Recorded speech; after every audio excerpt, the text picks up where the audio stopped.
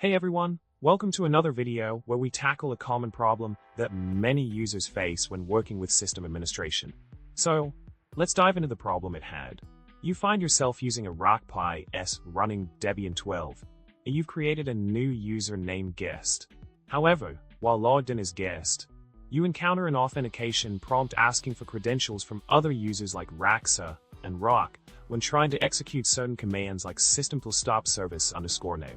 Even though the guest user isn't a member of any shared groups with radxa or rock, these prompts keep popping up, making it challenging to operate smoothly.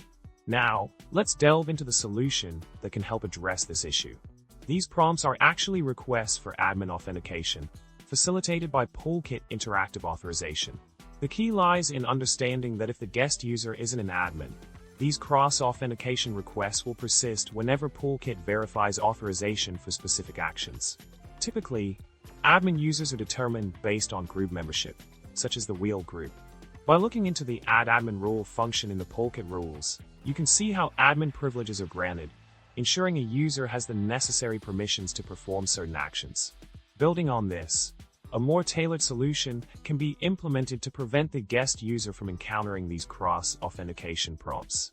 By creating a custom rule in the 90-block guest.rules file within the Polkit directory, you can specify that if the subject user is guest, the result should be set to deny any authorization requests. This effectively blocks any attempts for the guest user to authenticate as other users, providing a smoother and more independent operation for the guest account. In summary, understanding the intricacies of Polkit and admin privileges is crucial in resolving authentication prompts across different users.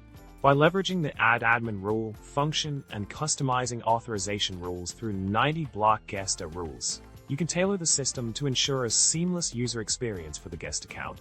I hope this solution helps you navigate and optimize user operations in your Debian environment. Thanks for watching.